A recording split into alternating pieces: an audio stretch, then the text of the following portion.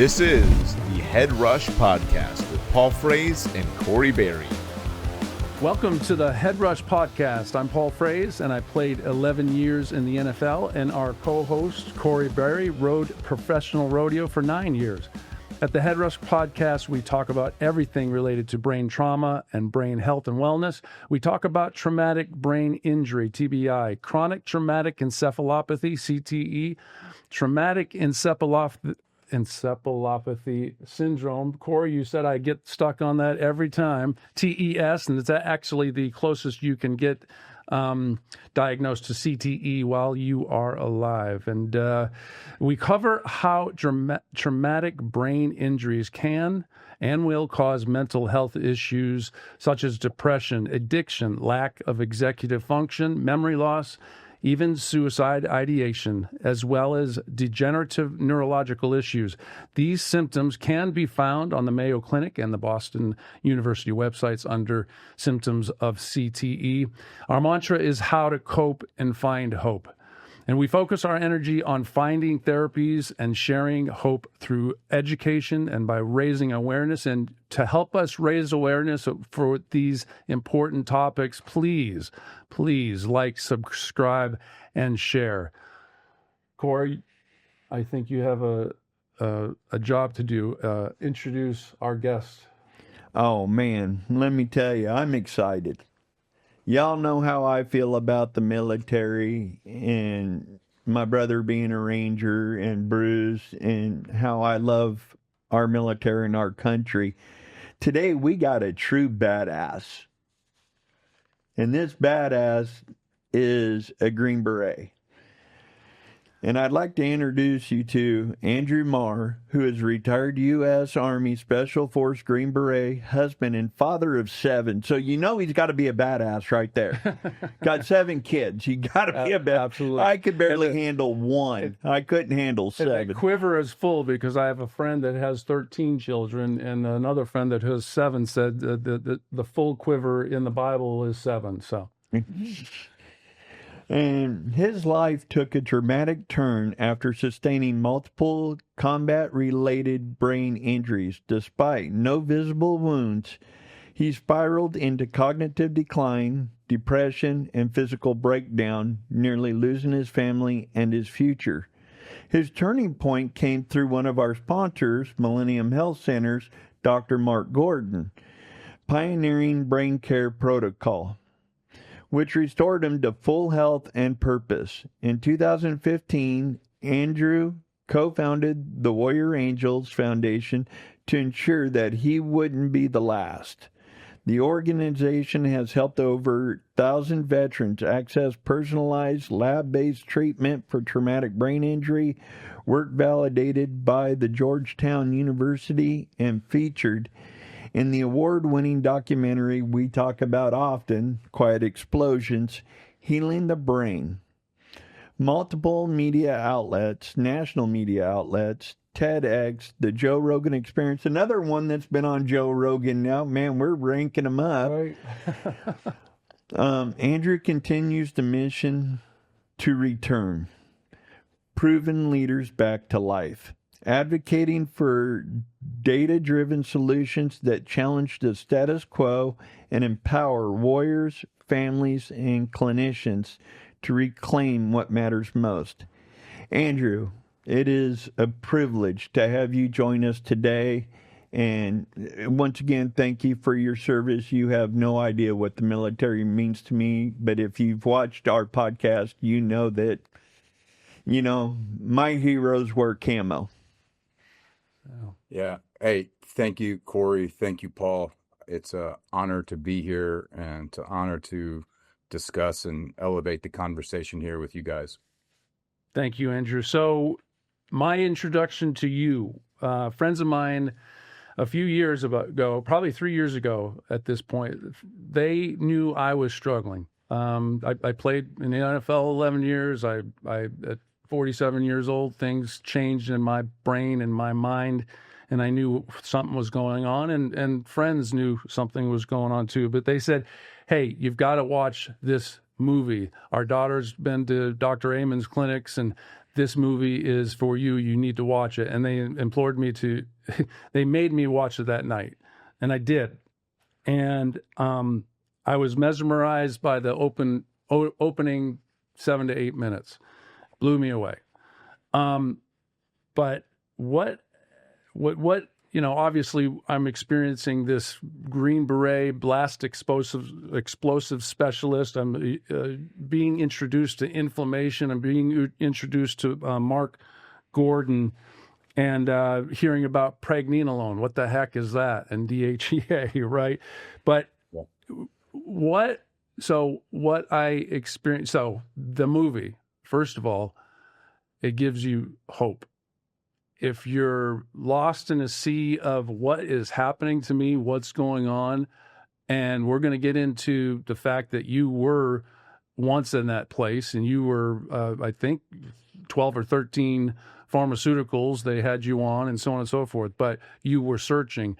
You searched diligently and finally came upon different modalities and treatments, but eventually you got back to your normal self. So what most importantly, I want to start off with this before we get into that and your military background, that drive to be the best, right? I read your book, the Blast Tales from the Blast Factory, powerful book. Yeah. And your brother Adam, right? Adam he actually states in one of the forewords that you had this drive to be the best from as far back as he could remember. What do you feel initiated that drive, or was it the day that you were a little bit supposedly lazy on the football field and your dad made you jog 2 miles back alongside the car, or what? Talk to us about your early childhood and that drive. That's a great question, Paul. I'm thinking about it. I have a knowing that it was there, and my father helped to reveal that in a way where it became noticeable not only to myself but everyone around me. And I'd also say my mom as well. My mom always said that she noticed from a very early age that I had a unitary focus, a sole focus, and maybe like around 3, and that was relative to GI Joes, I think, at the time. But she didn't really have a baseline because I'm one of 4 boys, but my older brother was my dad's from another marriage. So I'm my mom's first son. So she doesn't have a baseline. She just knows me. And so me is her normal, her regular.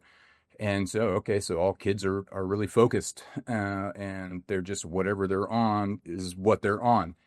And it wasn't until I was, probably 10 or 11, and we had 2 come out after me that she realized, like, oh man, no, like he has a different level of focus about him. And it seemed to just come that way. So I had that, that singular focus. My mom noticed that before I was even aware that that was a concept or a principle. But as far as the drive to be my personal best, I do think my father helped to bring that out. And that singular focus, it was sports. My life was dominated around sports. I'm sure you were the same way, Paul. And Corey, I know with you getting rodeo, probably similar, although I don't know that for a fact. But I suspect that's probably the case. But so sports dominated my life. And 10 years old, I'm a big kid. So Pop Warner, it went by weight. And that's the only league that we had around. And so I forget the weight. But I'm big, and I'm not allowed to be with the 4th graders, which I'm in 4th grade. So I'm in the weight class that's like 6th grade and up. So I'm like 10. I'm in a league that's around like 12 years old. And I've never played tackle football. So this is like, they have tryouts. So it's like the first day, second day. And I'm out there, and I'm timid. I'm tentative. I'm just unsure. I don't know the rules. Typically in the world, you're not allowed to use any level of violence. That's not applauded. And so I'm not sure how that applies. But put that all to the side. What was apparent to my dad and what was lacking to him, and what I'm in complete agreement in, was there was not a sense of urgency. There was no hustle. And that was demonstrated in, running at the end where, for whatever reason, I was coming in last. And to me, I thought that was acceptable. And it wasn't until Dad came up to me after practice that I immediately came to understand, like, oh, that is not acceptable. Not only is that level of effort not acceptable, I don't think I should ever put out anything less than this level of effort moving forward. So second was not even acceptable. Well, I mean, not so much second. I would say, Paul, how can I compare myself to somebody else? But if I knew that I wasn't doing everything that I could be doing, then I was falling short. And so that became what was called my standard. I didn't understand the concept of the standard then, but my standard has become, am I giving it the best that I can give it? And if I'm not, okay, why and how can I? And so that kind of developed from that kind of extreme situation, but that was real. My dad made me run home in cleats and pads about 2 miles, and the whole drive home, he was encouraging me to give a better effort. And then, no shit, man, the next practice, the next day, I went from last to first. And my dad said he absolutely, he was shocked. I mean, he had no idea what was going to happen. He just felt compelled in his heart to share that. And I don't, today that might be looked down upon, but I have no issues with the way it was done and my dad also said, hey man, I treated you different than your brothers because I knew each one of you are different and you required a different level of care and a different level of communication. And yours required to be more direct, but that also drove home the point. And so, yeah, that was, so that was probably the first time that I awakened to that presence, Paul. To answer a long story to answer your question there. That's powerful because it took many, many lessons for me to figure it out. But see, I think I was raised a lot like Andrew. My father, who was my stepfather, was not my stepfather. I call him Dad, but yeah, I'm not biologically his. He expected us to be the best we could absolutely be of ourselves. My dad was a tennis player for a while, and before I could even play tennis with my dad, I had to hit the tennis ball off the backboard 100 times without missing before I could even rally with my dad or get on the court. I had to do that. And my dad, up till the day he passed away, golfer, pro bass fisherman, I mean, you name it, he was the best at everything he did. And that instilled in us, which helped me in my rodeo career, helped me when I was in wrestling, helped me with all the sports I did, even race car driving, was to be the best I can possibly be. And if I didn't finish right, I was pissed off at myself because I knew I didn't give that extra 2%. I didn't give that extra percent that needed to get me over that top. Why didn't I do that? And so I think that is a lot on how I was raised. And my brother is an Army Ranger, retired now. He went from the Rangers to LAPD. Now he's retired LAPD. When did that drive turn into the desire? And before I finish this question, I was on the phone with Bruce Parkman the other day. And I told him that we were having you on, and Bruce is like, man, awesome dude. I've talked to him. I love him. He's a former Green Beret also. Yeah. And we're going to be in Tampa in 2 weeks at the subconcussive summit that he puts on at the Tampa Green Beret House. Yep. So we'll be around a lot of Green Berets in September, I'm sure. But when did that drive that you had for football and to become a special force operator? Yeah, that's a simple one. When I could no longer play football, which was the end of my senior season. So like I said, from that point, when I was 10, I went from like, oh, I enjoy sports to it being recognized outside of me that, oh man, I'm sure you're probably the same. I know you were the same way, Paul. Like when you started to realize you did something that you love, but people around you took note of it. That was a day that's probably significant in an athlete's life when he realizes, oh wow, like I love this, but people recognize me for what I'm doing here. And so all I ever wanted to do, all I grew up was my life was dominated around football. And, you know, I'm from Texas, and so that's even magnified. Paul, where did you grow up, man? New Hampshire. Born in upstate New York, but grew up in New Hampshire. Where You ain't got a clue. well, it's hilarious. It's different, man. Is it? I mean, let me hear from your side of the story. Is it different? Yeah. Well, I played because my two older brothers played. Our town was so small we didn't even have a high school, so there was no football. You know, we played little league at best, and I did the very first time I played. You know, it was actually my sophomore year. Freshman, I barely made the freshman football team. Sophomore year in high school, I make it. And then we're in the second game, and Wayne Rowell breaks his leg, and I'm backing up Wayne Rowell, and he's one of those guys that had muscles on top of muscles. He was just a freak, you know. Broke his leg. That's the only reason I made it onto the field.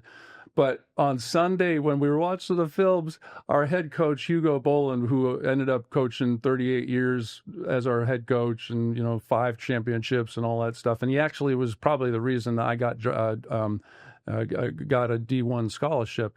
But he literally, I get in there, I'm running around, I'm jumping on the pile, and he shuts the film off. He stands up and he looks at me. He says, "Fraze, what the hell are you doing out there?" So but you talk about the drive. I remember distinctly in 6th grade, my basketball coach, Michael Kern, he was a 21-year-old kid going for his master's in, you know, sports, physical education, whatever. And he was one of those guys that he was like a Tom Landry, calm, cool, collected, quiet, Tony Dungy, quiet, but you didn't want to let him down. You know? Yeah. And I remember on those suicide runs in basketball coming in first. And I remember half of the team stopping 6 inches short of the line. I touched the line every freaking time. Why would you stop short of the line when your coach told you to, you know? Yeah. Now we're talking about things that you learned and instilled, you know, in the military. We're going to talk about that. But you touch the line for a reason, you know. Yeah. And powerful stuff. Anyway, I played in high school, and then I didn't, you know, talking about, I didn't really notice that people were, you know, cheering, but I really noticed the one time that I ran down, it was a monsoon, and I snapped the ball and punt, and I ran down, and the kid didn't call a fair catch, and I frickin' just laid him out, and we landed on the wet grass, and we slid about 10 yards, and that felt good until I got hit by Eric Dickerson, and I was seeing stars. But the one time I did get, you know, not to pat myself on the back, but I got Dan Marino one time. And that was pretty cool. You hear 65,000 people say, you know, that was pretty cool. So that absolutely plays a part into it. That's for sure. Oh yeah. Rodeo's the same way. I mean, when you have a spectacular ride and your cohorts that you compete with, you know, because it's not a team. Mm-hmm. So we're family. Yeah. Right. And they're You sitting know, there cheering you on. oh, they're helping me get on. 80 They're helping seconds. me do whatever because I'm not trying to take their job. Yeah. It's me versus the animal, and whoever does the best goes. And I remember getting off of one horse, and man, I think I was 19. And it was like the most beautiful ride I ever had up till that point. And I got off and I knew, man, the spur was perfect, mark out was perfect, jumps were perfect, everything's just, dude, you couldn't put this on a TV screen and make it look better, and the crowd going crazy. And that's a drive. That's a standard that I think we all get to, is we want that, we strive for that perfection. And once you have that perfection, it's the drive that keeps you going back to it, because once you have that perfect hit or that perfect football game or whatever, you want that back. You want that feeling back. You want that to. And Andrew, you talk about standard of performance in your book. What is your standard of performance? If I had to summarize it in one sentence, it would be that I contribute and perform to the peak of my abilities, and I do that in the service of love. That to me would be my standard of performance, and that's evolved over the years. But I think that encapsulates me doing what we're here to do, to grow and to give. I think at the end of the day, that's what it's about, and so that's what I now measure my standard as, and attempt to emulate that so my kids have a good model of what that could potentially look like. And I know in the book, great book, by the way, get it. The movie Quiet Explosions is kind of focused on that book, but you start off with your standard of performance, and then you get into your ideal self. I think it's in the last chapter, and you talk about service. Right. Let's get into your military career, because it's something that I can't even fathom. What you guys did on a daily, and tell us about where your journey started in the football. I get it, and I know you you broke your leg late in high school, and then you were being recruited by Division I. That break will absolutely take people out. I mean, it's just like in the NFL, injury takes most guys out, and that kind of squashed your dreams. Although you did end up getting a scholarship, or you did end up playing football in college a little bit, but from that to going into the service, tell us about that journey a little bit. Yeah, I think I'll take the opportunity, Paul, to segue the football into the military, because it will help to set it up and perhaps make it more clear, more understandable to our audience, to our listeners out there. So like we were talking about, and then growing up in Texas, this is in the mid to late 90s, and we're in the heart of football country in Dallas-Fort Worth. And so I came from, at that time, a storied high school. And so we were 2-time state champions in both my freshman and junior year. And this is when it was a 4A. We're in Grapevine in the Dallas-Fort Worth area. So like we're at the pinnacle of, or one of the programs are at the pinnacle of Texas football in that era.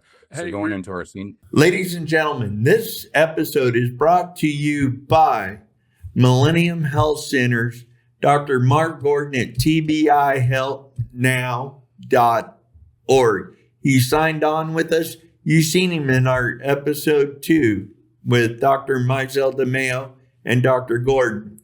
Dr. Gordon's been featured on a movie, Quiet Explosions, a documentary about TBI, featured Andrew Marr, a Green Beret blast explosive specialist, and they talk about TBI, PTSD, traumatic brain injury. And gosh, I've watched that movie about 4 times. And I know Dr. Gordon has also been on Joe Rogan 6 times, so he has something good and powerful to say about about TBI, traumatic brain injury. So go to tbihelpnow.org. Correct. And make sure you get in touch with their team. Dr. Gordon also works with the military. Do you want to? Yeah, he works with the United States military. He's done the Pentagon. He's working real close with them. If you're a veteran and you need help, go to tbihelpnow.org. Dr. Mark Gordon quit his private practice just to work with the military. Work with veterans suffering with PTSD. Right, PTSD, TBIs, and repeated blast impacts. Exactly. And if you are a veteran, there's nothing closer to my heart than the people that serve our country and protect our way of right and our way to be able to do this podcast for you. So go to tbihelpnow.org and get the help you need. Mark Gordon, we work with him on the Brainwell program through Michelle DeMeo. If you go to tbihelpnow.org, there's a list. There may be a provider in your area in Canada. He's all over. So go to tbihelpnow.org and check it out. How many people were at your junior year state championship game?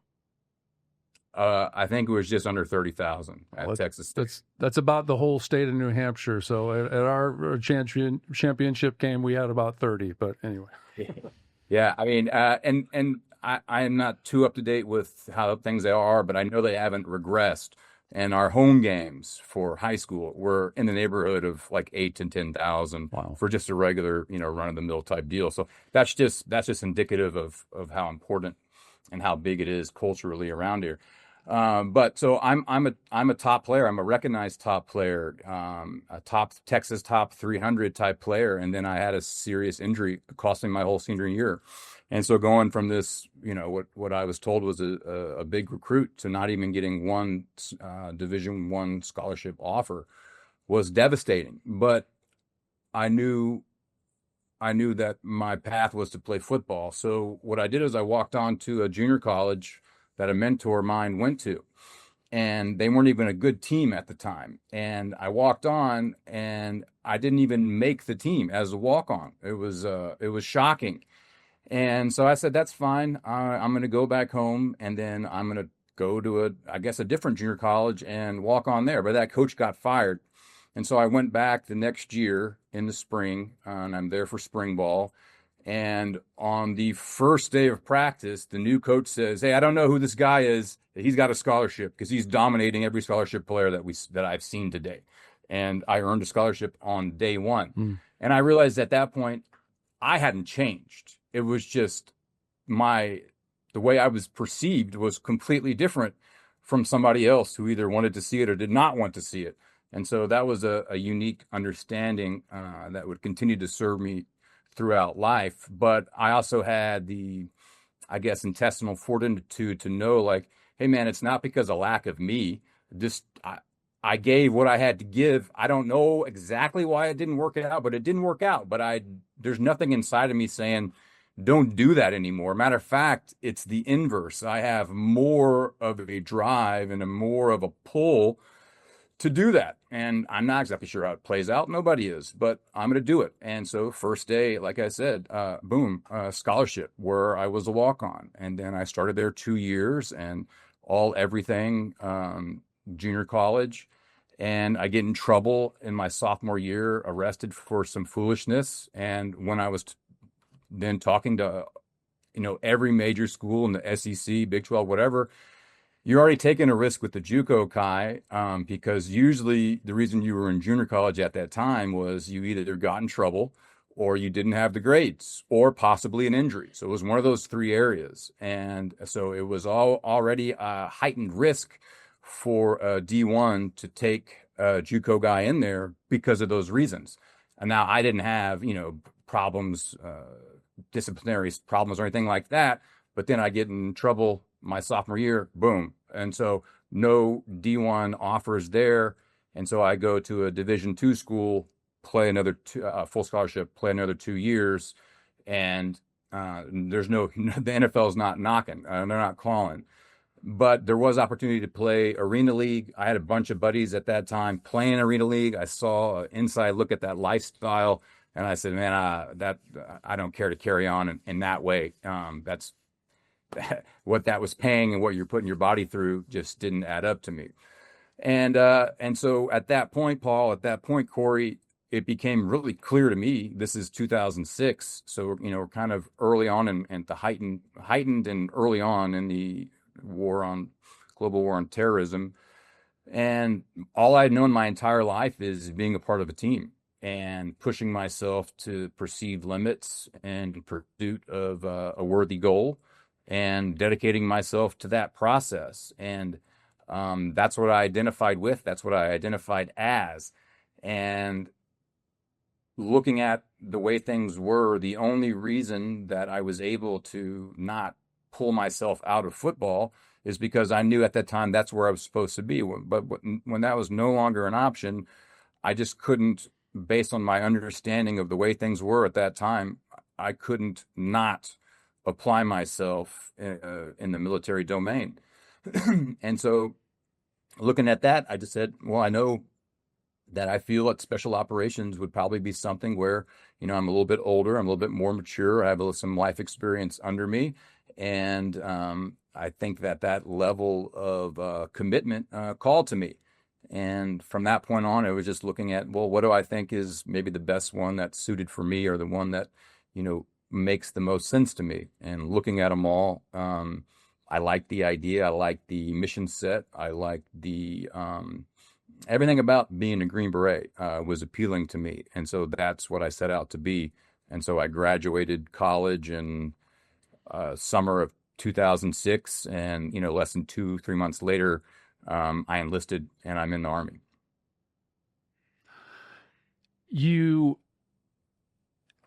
So what you accomplished, few accomplish in football. What you accomplished in the military, even fewer accomplish.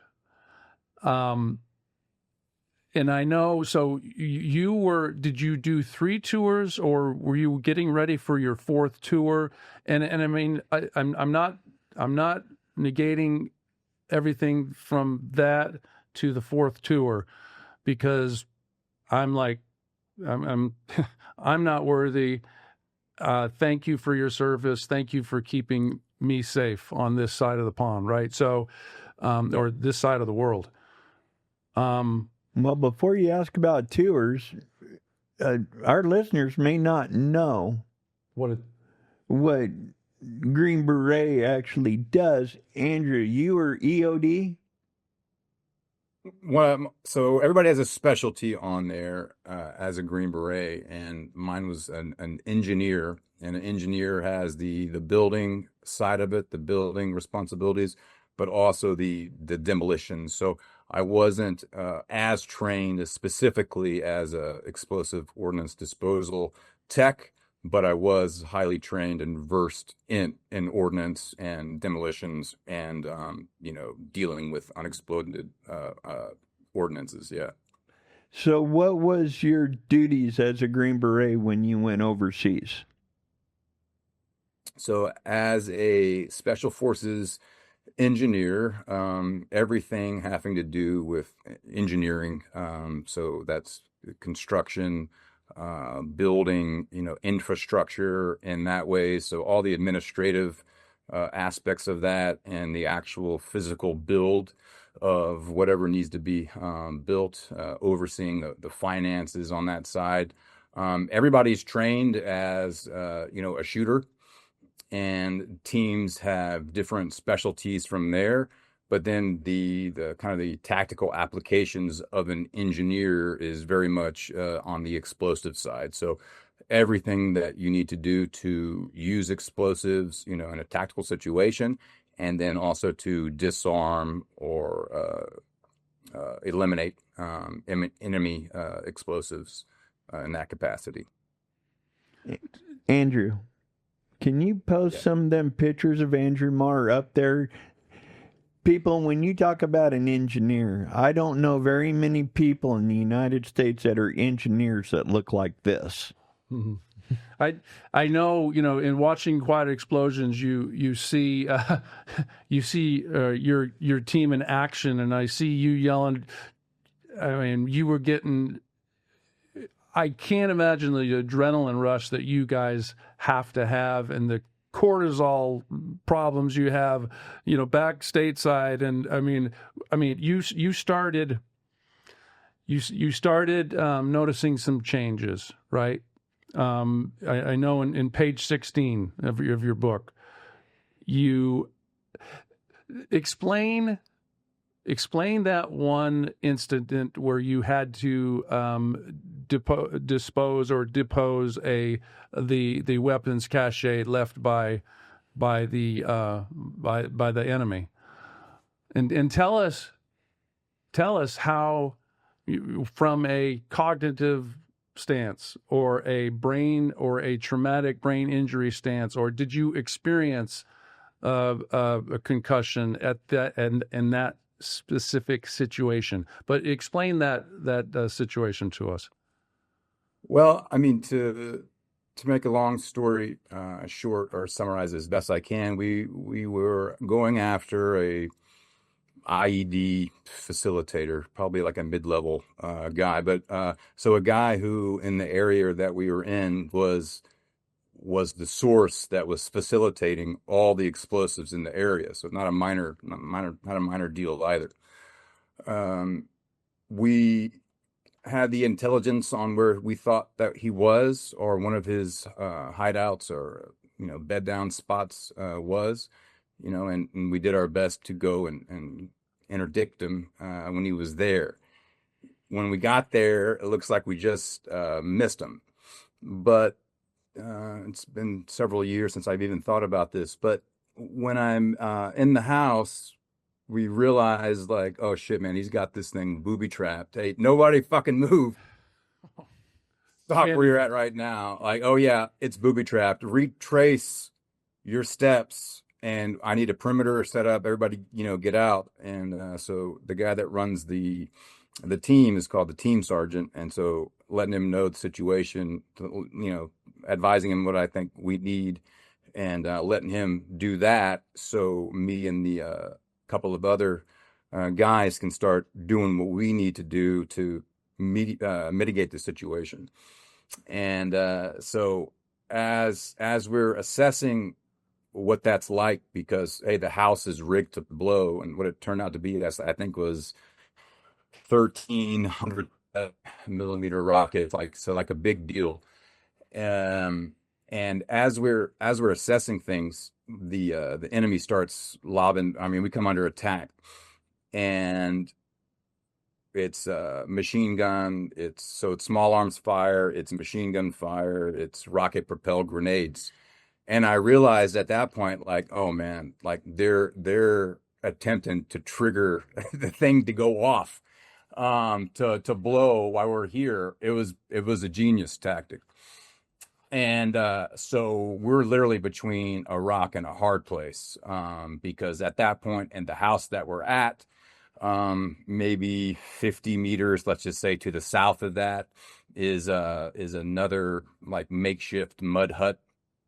But basically there's nothing in between there covering us, and we're taking effective fire. But if we and so our team is set up in a perimeter, but it's makeshift because we were moving. So they caught us again in between a rock and a hard place.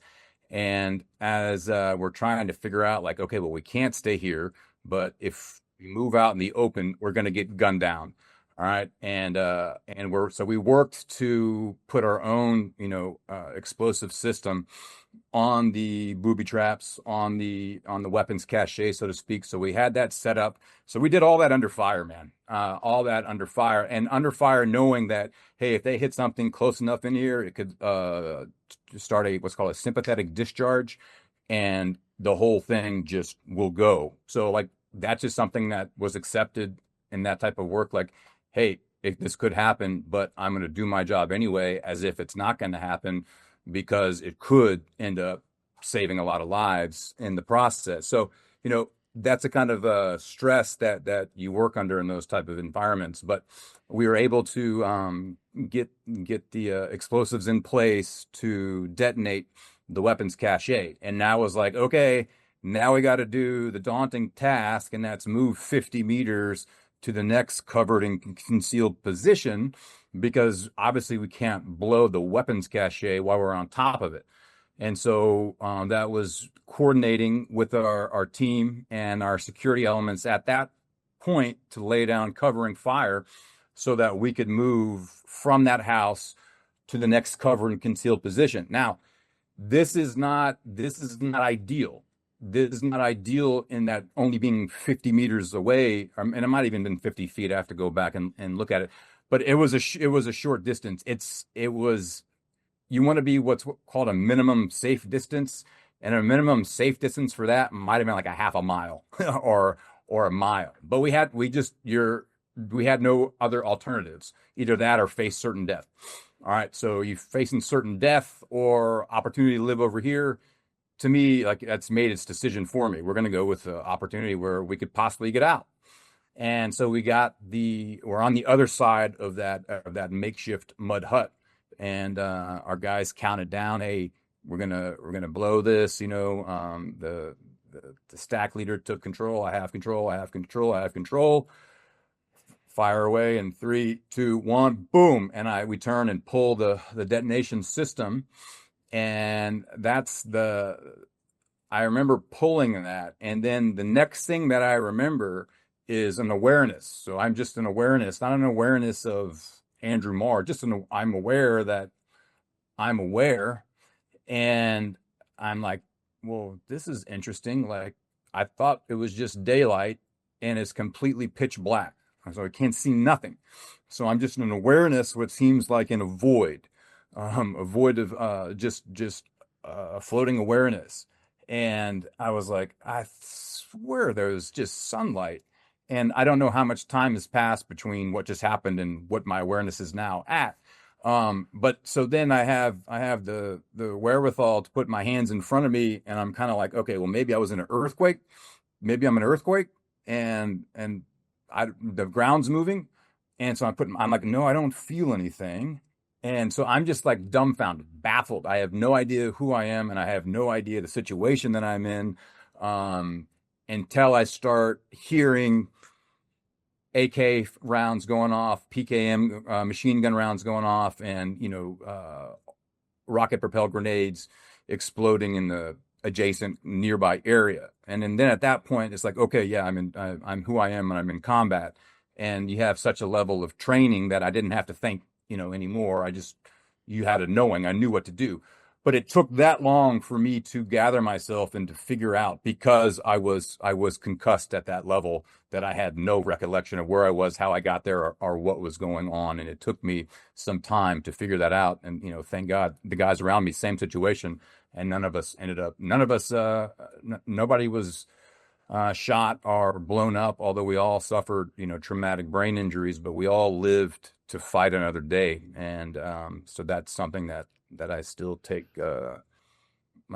great thanks and gratitude in, for being here, and for keeping those guys, are supporting, and those guys being able to stay alive and get home to their families as well. So I'm sitting here, I'm thinking I'm speechless, but we have to continue this interview, because one of the things on Quiet Explosions early in the movie, I didn't realize this, but trauma, you just experienced tremendous blast exposure. We can't imagine it, but trauma doesn't have to be, when it talks about traumatic brain injury, doesn't have to be a blow to the head. And one of the young ladies on Quiet Explosions, she had been raped, and Dr. Gordon says, she asked the question of Dr. Gordon, hey, So I didn't experience a blow on the head, but can this type of trauma cause the inflammation in the brain? And that's where I learned, wow, it can cause. So you experience the ultimate of concussive forces through blast exposure. And I could sit here and listen all day to some of these stories, but we've got to keep pressing on. You started, was that your third tour? Yeah.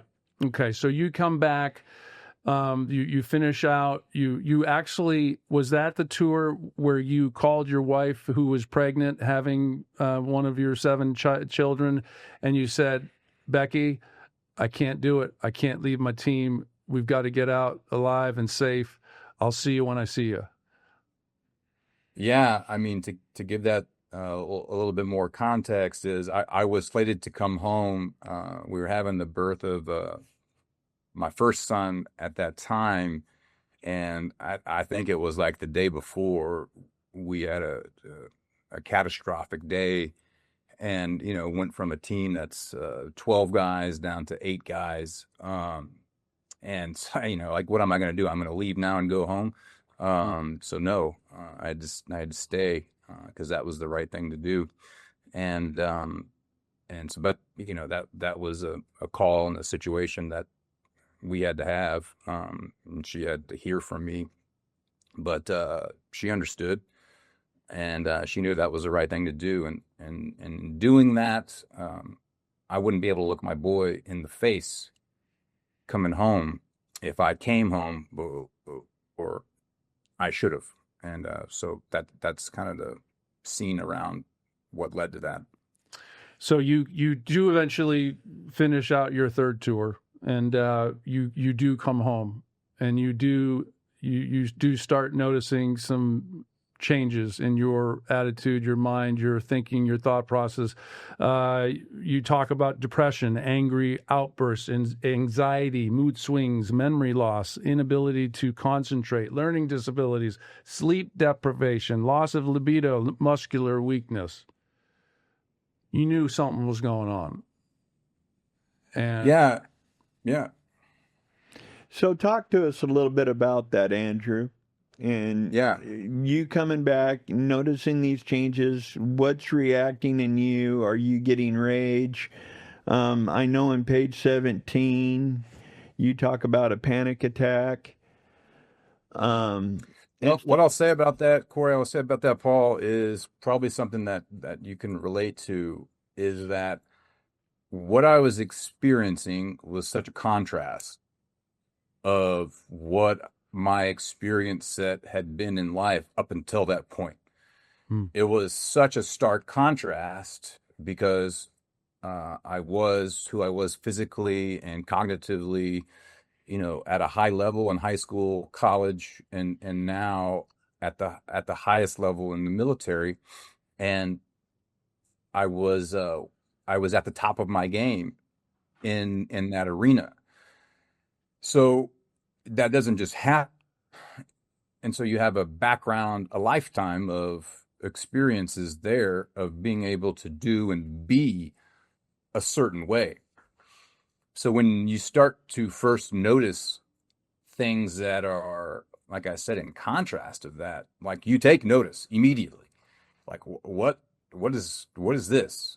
I have no concept of what this is. I mean, I've heard people talk about it. Those people are weak.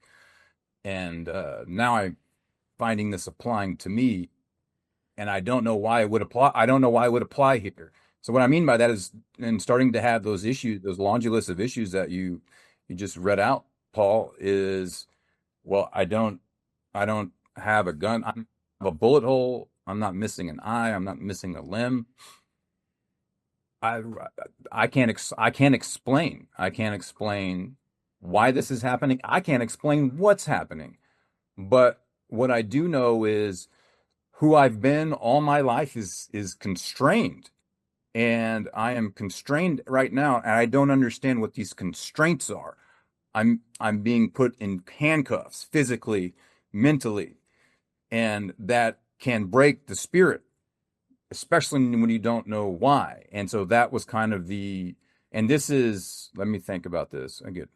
This is, so I don't start noticing anything till maybe 4, 5, 6 months till after, I return. This episode of the Head Rush Podcast is brought to you by our personal doctor and team of doctors, Dr. Mizell DeMayo, and she's with the Paradise Behavioral Health, and we are in the Brainwell program, which is also part of the Millennium Health Center. Dr. Mark Gordon, you've seen him on Joe Rogan and even on our show, the Head Rush Podcast. And hormones. And Mizell is awesome. We love her. She's our doctor of psychiatry. She works the Mark Gordon program with the hormones, and she adds her twist of genetics, and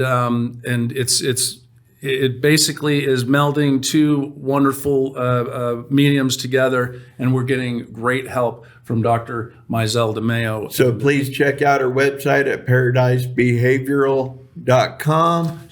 Look up the Brainwell program. Get involved. She's sponsoring us. They're sponsoring us for the next year, so we are excited to have them on board and shout the good news to everybody that is watching these broadcasts. So, is she helping you, Paul? Absolutely. She's helping me. So go check her out. ParadiseBehavioralHealth.com. You can't imagine anything topping what we just heard, but the amazing thing about it, because we're about hope, right? Right. Well, and you got to look at it. What he's talking about is kind of what I'm living in now. Right.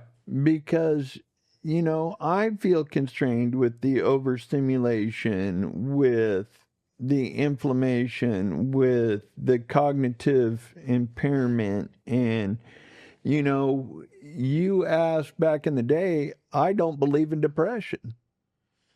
I never did. It's like people say, well, no, you make your life what you make it out to be. If you want to play the game and say, well, I'm depressed, well, that's just going to hurt you. It's even still today, I have a very hard time saying I have depression. Well, and in that instance, I think there's chemicals in the brain that will excite you, and there's chemicals in the brain or lack of chemicals in the brain that'll make you anxious or moody, and there are absolutely chemicals in the brain or absence of chemicals in the brain that will bring your level of excitement or your mood down. Because people used to say, "Are you depressed, Paul?" And I'm like, I'm not depressed, but I did lose my son, so I'm depressed a little bit. But I never wanted to admit or say I have depression. Well, if you admit it, then you're giving yourself a reason to feel bad. And take it the next step further. Take it as I didn't see Quiet Explosion until a few years ago, and I thought I was 2 or 3 years before Quiet Explosions. I thought I was losing my mind. You had that horrific accident in 2022, and you had 3 months of hell, and you didn't know if you were losing your mind, but you knew that your head hurt. You knew that you go right down the line, but I think like a movie like Quiet Explosions. When I saw Quiet Explosions, I didn't all of a sudden take a pharmaceutical that made me feel better. I just saw a movie that gave me hope, and then that's where, and I know that's where you're going. If we say we're depressed and we have no way out, and what is our, you're going to fall into it. You fall into it. So do we fake it until we make it? Absolutely. Yeah. So and for our listeners out there, I'm sorry we lost Andrew Marr. Don't know if we're going to get him back for the rest of this episode. We're definitely going to have him back on to finish. You know this. why we have him as a guest, and but go ahead. But it's, dealing with what Andrew had to deal with is on such a different level than what I've had to deal with, because mine is from repeated head impacts. Mine is from just concussions, and I didn't have to deal with that trauma that he had to deal with on top of things of watching a buddy get blown up or bombs blasting next to you, or God forbid. I mean, it's nuts. He just so yeah, it is a different.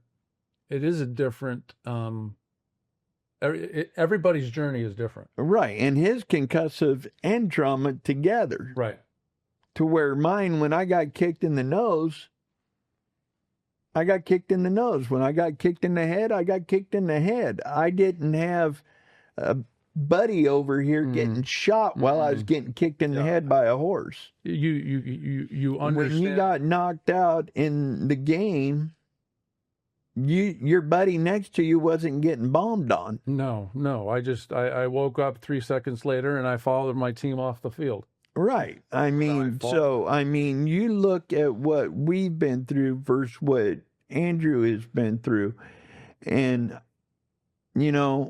I really wanted to get into more of the therapies and modalities he went through. Did he do Ibogaine? Did he do, we know he did the Dr. Gordon Millennium Protocol. We know that he did therapies and modalities, but did he do the Ibogaine? Did he do ayahuasca? Did he do ketamine? Did he do any of the other things that helped him get to where? Because when we talked to him the other day, he's so dialed in on his diet, right, and everything he does that it's phenomenal. And that's where I wanted to get with Andrew. This is where we need to be. We were going there. We need to go. We were going there. So we need to tell people. Obviously, you see Andrew Marr on this podcast, sane and speaking very highly intelligently, and he doesn't seem to have the what were the anger, outrage, anger bursts, loss, inability to concentrate, learning disability, sleep deprivation, all these things, mood swings, depression. You see Andrew talking about his life, his drive, his experiences on the battlefield, so you're getting a little sneak preview of what, Corey, you just talked about. What type of therapies did you do? You were on 13 pharmaceutical. You were on benzodiazepines. I don't even know what they do. SSRI drugs, one to wake up, one to go to sleep, one for headaches. And that's what I do now. Yeah.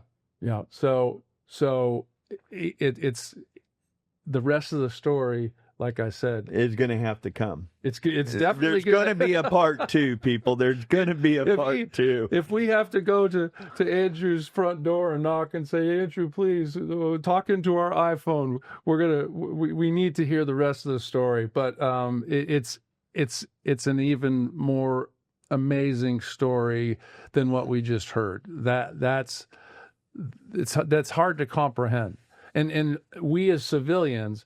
And Corey, I'm going to call you out. No, you're not. I am. No, you're not. Someday I will. No, you're not. We as civilians, and we don't understand. Guys. Hey, there you are. Right on. And it is like it's black, almost dark, like nighttime out here, and it is aggressive with the thunderstorm. It's just rolled in. Well, we were just having a discussion, and so since we got you back, I want to move towards, and I'm sorry we're doing this, away from the military, away from everything that happened, because, dude, we need to have you back on to do a deep dive into this even further. But you came back with repeated blast exposure. You came back with trauma. You came back with what I was just telling him. I've been kicked in the nose and kicked in the head by horses, riding bucking horses. Yeah. But I didn't have a buddy getting shot next to me at the same time. So I didn't have that trauma. I just had the physical trauma. Now, did I have other trauma in my life? Yes. You know, my mom was an alcoholic, yada, yada, yada. But dealing with all of that, the symptoms you came back with, you got with Dr. Mark Gordon, you got on pregnenolone, you got on DHEA, got on... I want to hear, because before Mark Gordon was the National Intrepid Center of Excellence, you started your search, right? And then that led you eventually to Mark Gordon? Or how did that transpire? And first of all, was there anything that you wanted to share that you were talking about previous to the lightning strike that took our power out? I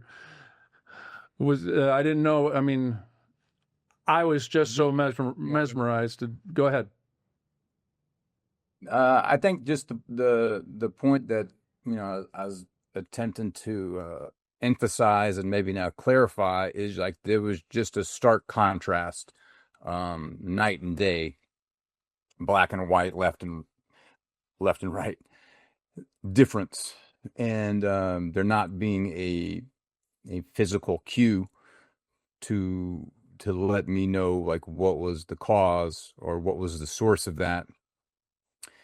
And so, because you can't pinpoint why you're starting to have these new problems, well, you're not just going to openly talk about that.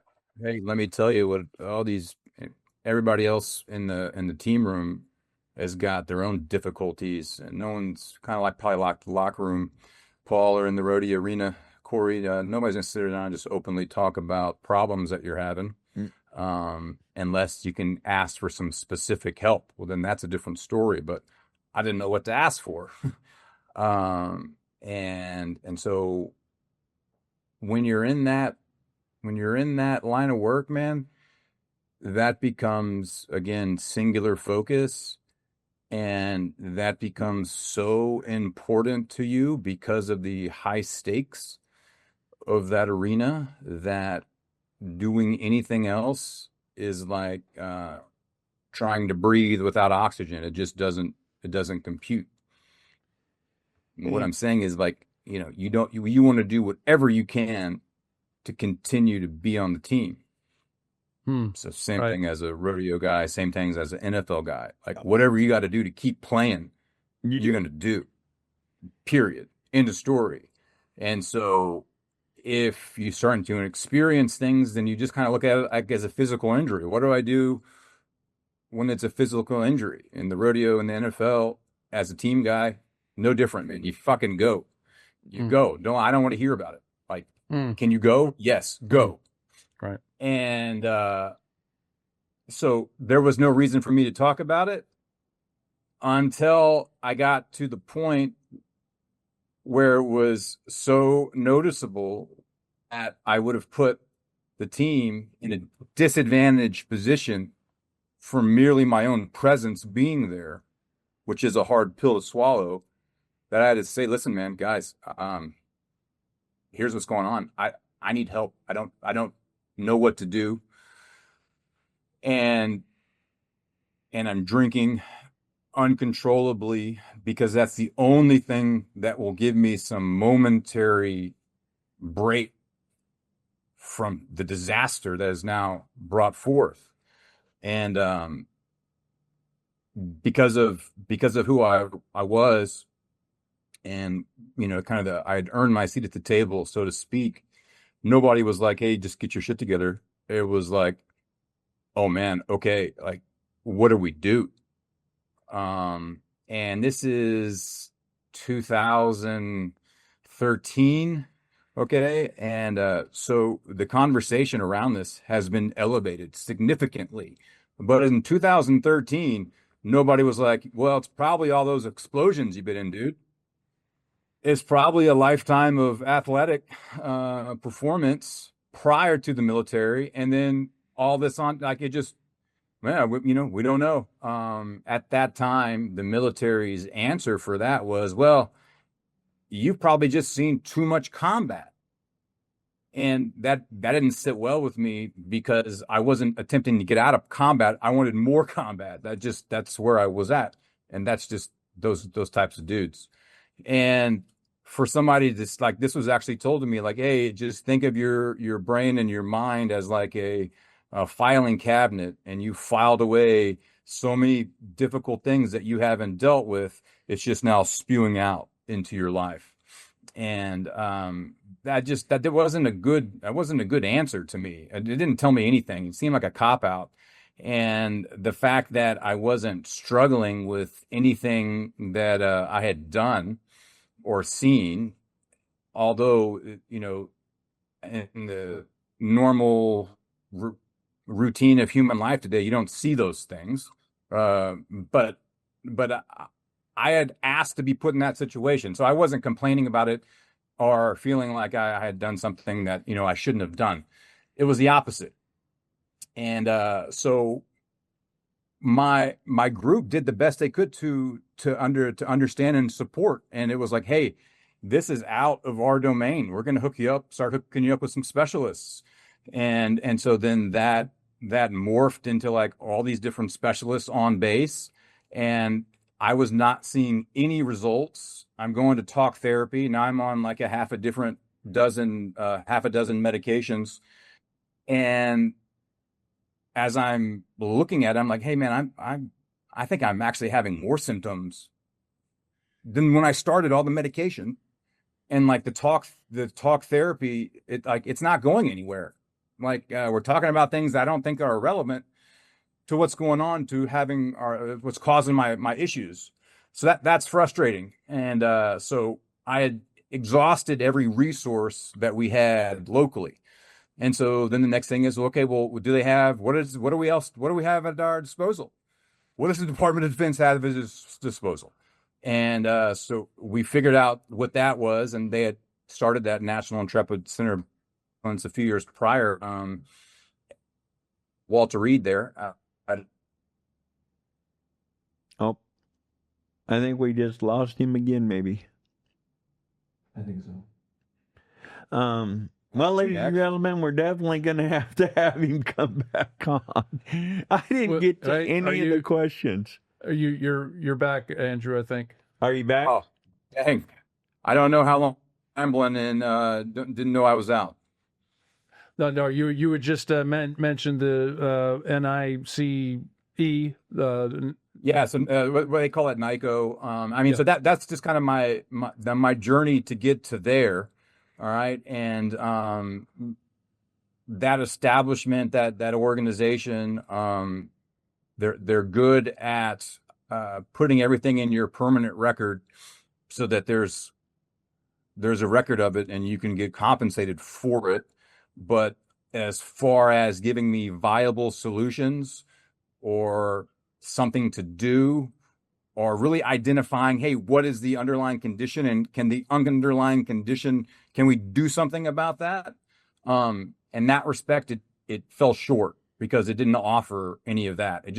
That's when I came out and I was in double-digit medications, and I had hoped to resurrect my military career. And after that, it was like, oh no, you're done. You're done. You can't do it. You can't, not one more blast, not one more.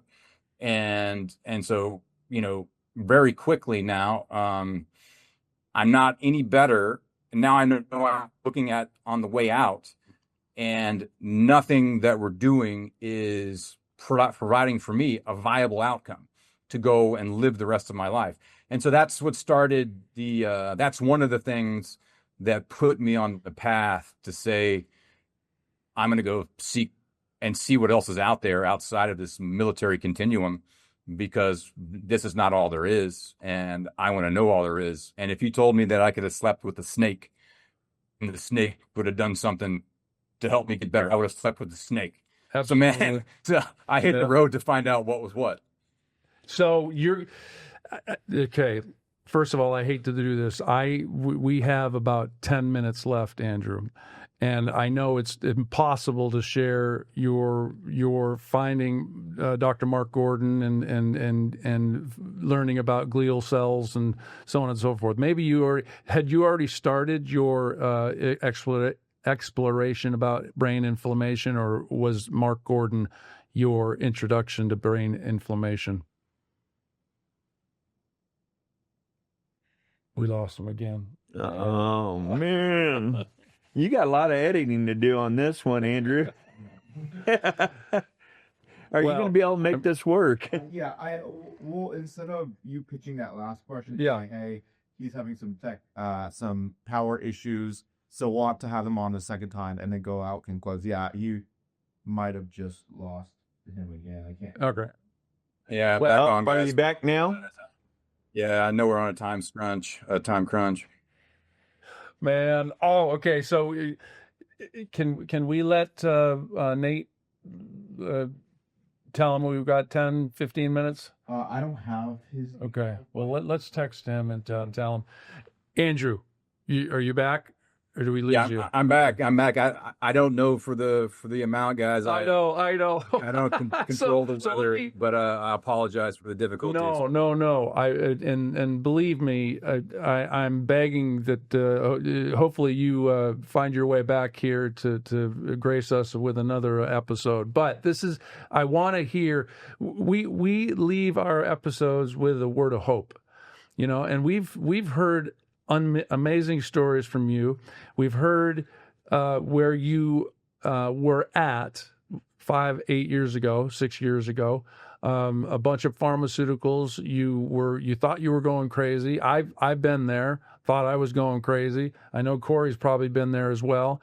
But all of a sudden, you reached back for that drive that you got from that you always had innately as a young kid, as a young child, probably born with it, and then all the way to the disappointment of having to say, guys, I can't go back.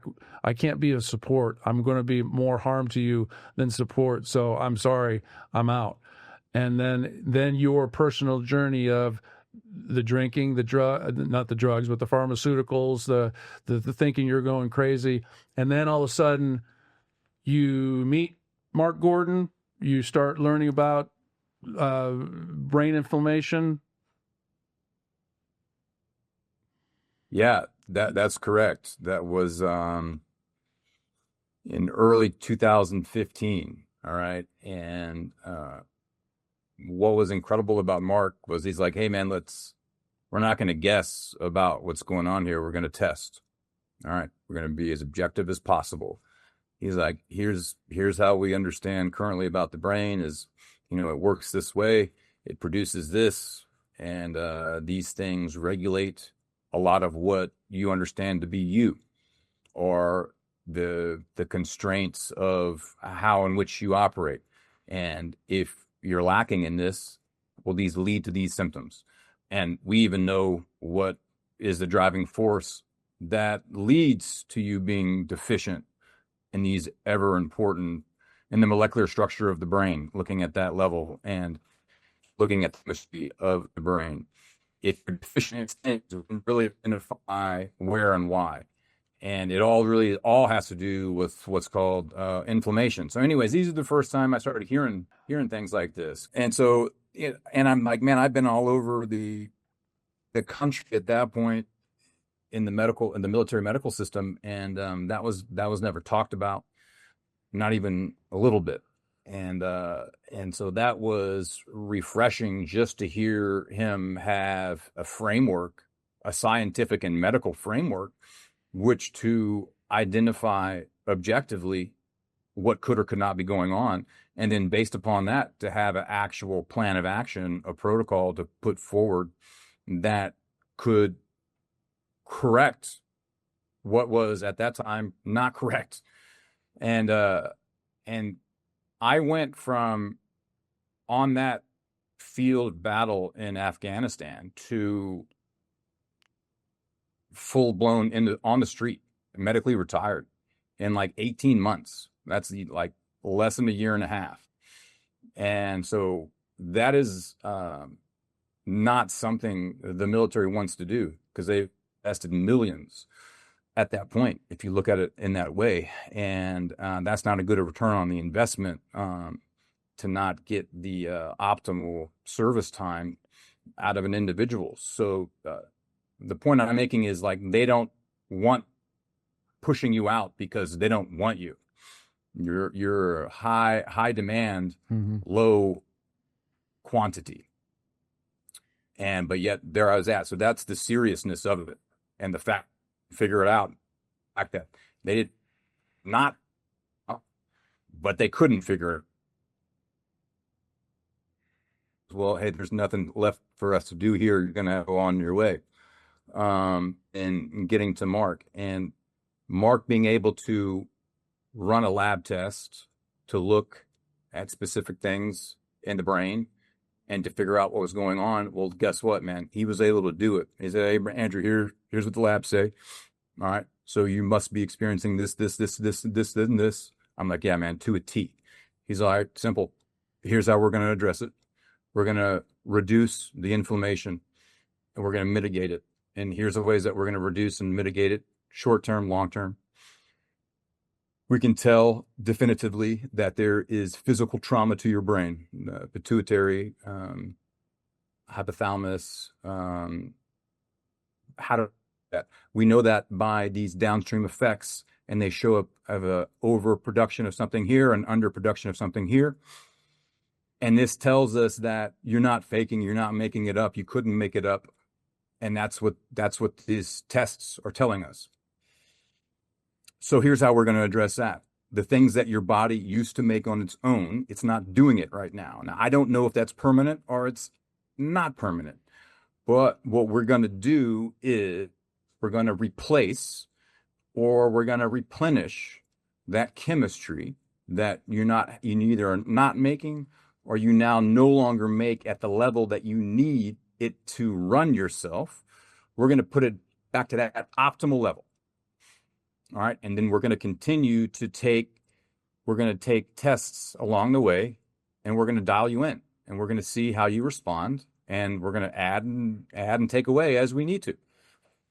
And that was the premise. It's not that difficult to understand, but that's exactly what I needed to have happen to me, because once that was applied, okay, let's turn off the fire, inflammation, let's replace and replenish what you no longer produce that you need to have an environment which this thing is produced. But if the environment's on fire, we got to turn it off. So we're able to do that, put the thing back in the body that's not making, and guess what? Shocker, man. Symptoms started to go away and fall away one by one. And where I was on a double-digit medication, and I'm now labeled with all these new quote-unquote disabilities. Well, today, and that's 10 years, I'm symptom-free, I'm medication-free, cognitively, I'm performing as good, if not better, than my pre-injury status. Now, that's off. That's just specific. It follows a scientific model. We can predict, we can measure, we can replicate. That's been done now over 1,000 times. And like you said in the intro, Georgetown University, the medical center, we did work with them, and they've provided the results. Independent third party. So it's not hope. It's not hope. It's fact. It's fact. And it's experience. And if you're out there and you can't put two and two together right now, and you could, then the fact of the matter is, and there's plenty of experiences now that you can take and you can say, well, why could that experience not be my own? It no longer has to be the life sentence or the death sentence that we were told it was. And I hope that that's the biggest takeaway. Welcome to the Head Rush Podcast, brought to you by the Patrick Risha CTE Awareness Foundation. Karen Siegel, thank you so much. Paul? So go to stopcte.org, learn about their foundation, and they are sponsoring us for the next year. We are thrilled to have them, team up with them and bring awareness to this disease. So please go to their Facebook page, go to their website, check them out. Karen is very, very, very willing to work with you. Contact her, and if you do know her, thank her for us, or just go on their Facebook page and say thank you for sponsoring the Head Rush Podcast. Well, and me and Paul both are on the Millennium Health Protocol, and I'm about ready to do my third blood test, but I'm still got major inflammation. Matter of fact, when my physical therapist massages my neck and she rubs it up, I can feel the inflammation going to my nose. But I'm on the rebound, and I notice that there are differences. You talk to my therapist, my physical therapist, you talk to Mizell DeMeo, you talk to my doctors, they tell me that I'm a lot better off now, and you tell me all the time I'm better off now than I was a year ago. Back on, guys. Right. Awesome. And that I was back on now, that I'm doing better now a year ago than I am now, and a lot of that has to do with that Millennium Health Protocol. Right. You know, taking and replacing exactly what Andrew Marr is talking about. My question now, Andrew Marr, is talking about the Millennium Health Protocol. Did you try any psychedelics like a lot of the Green Berets have? Did you do the ibogaine or any of that? Yeah, I think I've done about everything out there that I know of. The only reason I hesitate to go forward, talk forward about it, guys, is I just don't want to be and not. Yep, we lost you again. So we'll definitely have to have you back on to talk more about this. Sorry, folks, about the bad weather happening here in Texas. Well, we're gonna absolutely have Andrew back on if he will come on. I want to set him loose on the biology, the neuropermissive, the brain, the epigenetics, the hypothalamic pituitary adrenal axis, neurons, glial cells, neurosteroids, the bottom line. But the one thing I will say, Andrew, and if you're with us, you mentioned it's not hope. When you were talking to Mark Gordon, Dr. Mark Gordon, and you had not tried any of his theories, I gotta believe you were like hopeful. But now that you've experienced the facts are like undeniable. And I mean, we've experienced it at certain levels. I want to talk about how you got dialed in so tight. I know you know your body. We're athletes. We know our bodies. You were, high-ranking military. You know your body. You know exactly. You almost know we almost know. You do know your body to a cellular level. I know my body better than my doctors know my body. Exactly. I mean, I had a shoulder surgeon tell me, "Oh, you just got some bone spurs." It's like, no, doc, there's a heck of a lot more going on in my shoulder than bone spurs, because I could ride through a bone spur. I can't ride now. Right. When they went in, my bicep was hanging around my elbow, and your arm was falling off. So, So, well. Can we have you back on, Andrew, and get deeper? would be happy and honored to be back on, and I know we'll get some good weather on this next one. Be able to get deeper. It's hard when you're having a good conversation and the power goes out 2 or 3 times. Well, we appreciate you being on.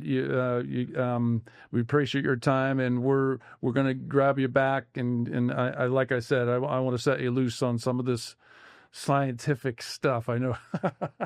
So we like to close out our episodes with a word of hope and a word of Well, we can talk about facts. facts. Give us some facts. give us what if there's another veteran out there going through some of this brain injury, going through some of this. You kind of just did. Right. Let's hear it again. I would love to hear that again. A good Well, one or two-liner. I do think that I'll rely on what was just said, and I'll expand it and expound upon it in this way. No matter the situation, you need to understand and have your why. What is it?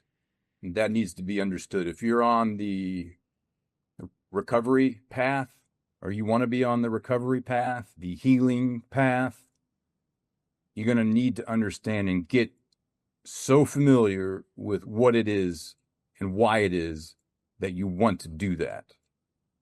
For me, prior to getting on the healing path, I thought my purpose was singular in being a special forces guy, but that's taken away in an instant. And that was my identity. And so I had to sit around and, for the first time in my life, think about, well, if I'm not that anymore, then what am I? Who am I? And that's when I started to abstract the lessons and the principles that were at play of what drew me to be an athlete, what drew me to continue to want to, through injury, be a special forces guy. What were those attributes? What were those reasons? And it was about service for me. And I suspect that it's that way that's universal. And it was belonging to something and supporting something that was bigger than myself. All right, so I can't do that in the arena that I thought I was going to do that in, or that I thought that I was put here to do that in. Okay, boo-hoo. What are we going to do about it? Is there anything else? Well, I still, at that, I have a wife. I have 7 kids, at that time 5, who are very much need a dad. And that was enough for me. Matter of fact, that became the driving factor for me. And it was that I am going to return. I don't care. I don't care what medicine says. I don't care what science says. I don't care what a doctor. I don't care what anybody. And I'm going to take somebody else's opinion or even their educated whatever over what I know. What I know is who I am and who I'm going to continue to be, irrespective of whatever constraint may or may not be put on me. And so I'm going to be the best that I can be. I'm going to be the best for them that I can be. I'm going to be the best I can be for myself. That's what I think is the right thing for me. And I know now why I want to get better. And if I'm serious about it, I'm going to stop doing the things that contribute to me getting worse. Drinking, using tobacco, X, Y, Z, whatever that is. Well, that wasn't helpful. Like yesterday. And I never turned back. And you can too. You can too, but you must know the why. If you don't have a why, when 5:30 a.m. comes around, you're going to roll over, hit the snooze, and go back to sleep. Unless your why is so strong that when you feel physical pain, you said, yeah, turn it up, do it some more, because I can take it. Powerful. And if I can get on the other side of it, then that means that's not a one-off. We all can. Amen. Preacher, brother. Jesus. There ain't no better than that right there. I don't care who you are, what you say, or Dude, you just nailed it to the biggest top of the hill in the world. And, I've been wanting to have a conversation with you, and you got my number. I'd like to have a deep one-on-one with you over the phone. But we have to go. That last comment made this whole episode. I don't care what anyone says. That last comment made this whole episode. I was kind of taken by the last 90 minutes, so No, that was powerful. That was one of the most powerful. And dude, will you be my sponsor? Yeah. I need a sponsor to get me through this walk, because I have a hard time. I deal with a lot of issues and overstimulation and rage and brain fatigue and all of that still today, but I'm working on it. Yeah. And my why is my wife. Yeah. My why is my health. My why is my crystal therapist. It's my why is, this is my why. Yeah. Head Rush Podcast, Yeah. to get the word out by people like you that are so true, badass to the bone, that, you know what, I could ride 1,000,000 bucking horses, and I could go out there and win world champions, and I could do everything in the rodeo arena that I never did. Never won a world championship, never. But what you have done with the military, what you have gone through, what you have overcome, what you have accomplished, and you just finished college and doing more, dude, there's not a bigger superhero in the book than Andrew Marr. Did you get your master's or PhD, or what are you going for now? Yeah, I got a MBA from I got an MBA, and in between another master's and PhD. I have certain lights that get turned on and things I think I can educate myself on to help me along my path and support the missions in life that I feel called to be on. And right now there's some educational things that I'm doing along the way. Powerful story, powerful what you've the example that you have left, or you are leaving, you are living out, because people that are hopeless, or they don't hear, they see. And if they see you and the facts that you're leaving behind in your life, and the way you're treating your family, the way you're taking care of your family, the way you're taking care of yourself, your education, you're dialed in, this is, and Corey was right. When I met him a year ago, he was like, there's no way I'm going to get better, but if I can stop, or the progression, that'll help. But I need to get a little bit better. I want to get better. So, and who knows where the organically, it's all a personal journey. One brain is different from another brain is different from another brain, but there are things that can help, and that's seeing it firsthand. This has been a real honor and a real treat for me and Corey as well. So, and we got to get you back on. So yeah, thank you so much, Andrew. And all right, I hate to say it, but Paul did bring the Green Bay. Are you a Dallas? Because he knew Dallas you fan were or a what? Dallas fan. You're a Dallas. And he said I have to do the Green Beret or the Green Bay Packer helmet because I know Andrew's a Dallas fan. Everybody, our therapist who's in the studio with us, she's a Dallas Cowboy and she's a fan, and you guys. Anyway. Yeah, no, you get above it after I guess you get to a level of high performance. So I grew up watching the Cowboys, so that's just familiar, and so I have that love. But I love to see high performance, especially in the domain of NFL, man. So nothing but the highest level of respect for that, and and that organization. And Thank nothing you. but the highest level of respect for what you did. I Amen. mean, it's because of people like you that I got to live the life I lived as a rodeo cowboy. And it's like I tell my brother all the time is it's because of people like him that, I went out and got a rodeo and speak what I want, do what I want, have fun when I wanted, because other countries, you can't have the privilege to do what we do here. Yeah. And you're in Texas. Paul, last thing there, Paul and Corey, for me is, and you hit on it at the beginning of the show, and that was powerful for me to hear, Paul. If you told me that, I don't remember it, and I don't want to play like I heard it and now I don't remember it. But regardless, to hear your experience with quiet explosions, that's the reason that we wanted to get the thing done.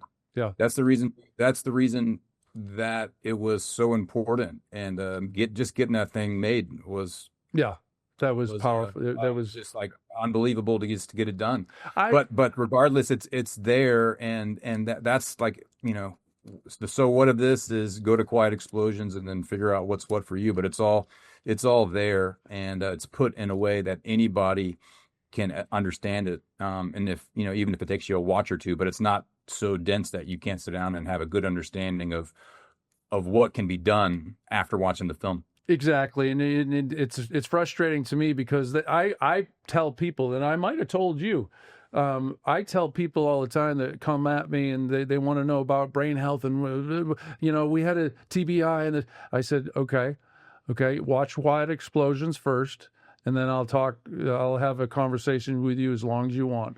And, that's exactly what you did with me. Is when we met on group and we talked on the phone afterwards, you said, I need you to watch Quiet Explosions. And I said, okay. So me and the wife watched it that night. You did it. And the next day I was like, yes, sign me up.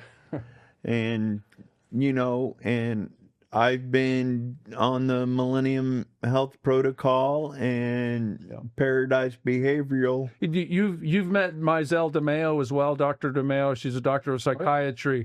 She's our personal doctor that does the Millennium Health Protocol. So we're going to see her September 3rd and 4th in Tampa. She's awesome. She's awesome. She's a fireball. Yeah, she is. So she's super. She came on our episode and flew in here to Fort Worth just to be on it, and she sponsors us. Yeah. And you ought to see if you can talk your wife into taking a little trip to Tampa for September 3rd and 4th. You can go hang out with some Green Berets and be at a subconcussive, and I'm sure Bruce would be excited. Mark's going to be there, and Mark will be there. Mizelle will be there. Well, appreciate it. Appreciate you. All right, guys. Have a good one. All right, awesome. Thank you. Bye. All right. Yes, sir. Appreciate everything you do out there, and spread the word, spread the news. We didn't even talk about our crusade to save the brains of our children by not strapping on a helmet at 7 years old, and when their brains aren't even they're not even developed to the point where there's no protection in their brain. So anyway, stay alert, stay alive, tune into Head Rush Podcast, share, and like, subscribe, and please go and do a review on our pages and tell us what you think. Comment and post if there's something that you want us to talk about or to bring on. Let us know what else we can do to help you. So other than that, stay alert, stay alive. Have a great day. Thank you. Thank you. This podcast is for general information only and does not constitute the practice of medicine.